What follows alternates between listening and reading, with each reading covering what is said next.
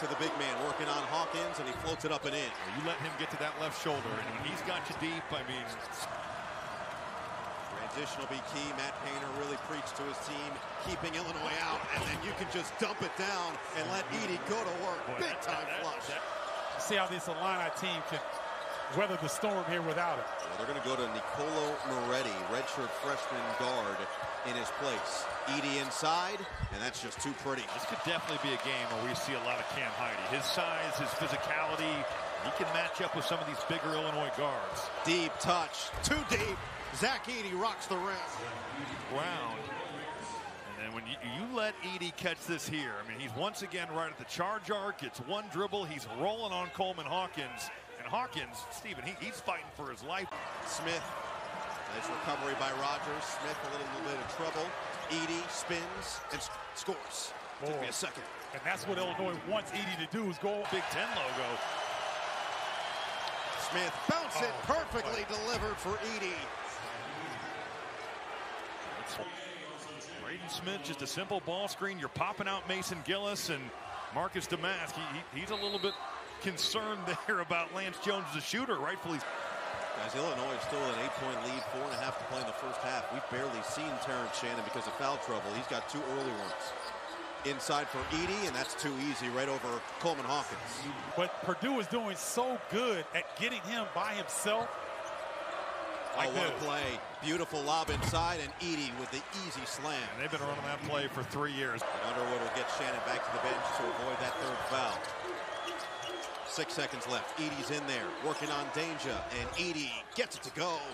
The 4 players from these 2 teams have been tremendous.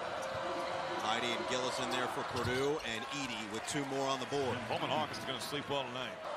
Edey changing things up a little bit. And they go right back to the well, and he continues to produce. It's just too big. Not underneath him in that position. You're going to get called for the foul every time.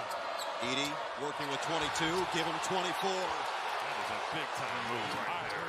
Just that 1-2. Talk about the way that Purdue has handled Terrence Shannon. You want to expound on that after this? Edey just add 2 more to the tally. Well, just the fact that they've kept Shannon out of transition. He's got so much in the arsenal. Yes. Edey, brace for impact. Turn a foul. But he is getting downhill. Nolan Winter is going to be a good player, but he certainly needs some time in the strength and conditioning program. And this is just a big-time move. Oh, Braden Smith, I think, got poked in the eye. It was supposed to be a handoff to him, and he wasn't able to take the ball. So Ethan Morton sprays a 3, and then Edey smashes it down.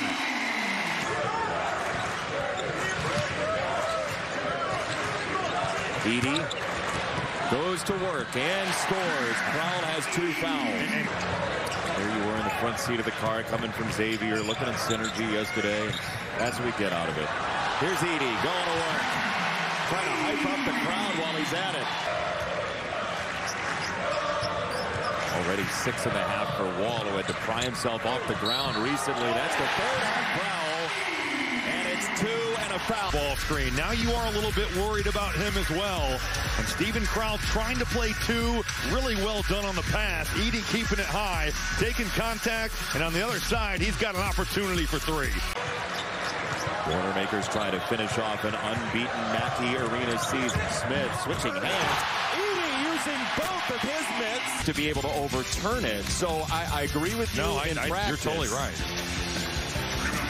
That's going to be hard to overturn. It's going to be really tough. A legacy Big Ten player, his father, former Illinois Fighting Illini. Hepburn came to help. He was late. That's just unguardable for an undefeated Mackey Arena season.